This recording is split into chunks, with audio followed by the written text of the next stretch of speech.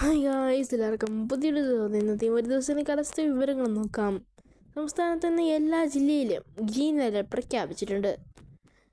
കാരണമായി ചൂണ്ടിക്കാണിക്കുന്നത് ശ്രീലങ്കയ്ക്കും തെക്കൻ തമിഴ്നാടിനും അടുത്തുമായി ചക്രവാത ചുഴി നിൽപ്പുണ്ട്. ഇതിൻ്റെ സ്വാധീനത്തിലാണ് നേരിയ മഴയ്ക്ക് സാധ്യതയുള്ളത്. ഇത് നേരത്തെ തീവ്ര ന്യൂനമർദ്ദമായിരുന്നു. ഇത് ശ്രീലങ്കയുടെ വടക്ക് ഭാഗത്ത് കയറിയുമ്പോഴേക്കും ശക്തി കുറഞ്ഞ് ചക്രവാത ചുഴിയായിട്ട് ശക്തി കുറഞ്ഞതാണ് കാരണം.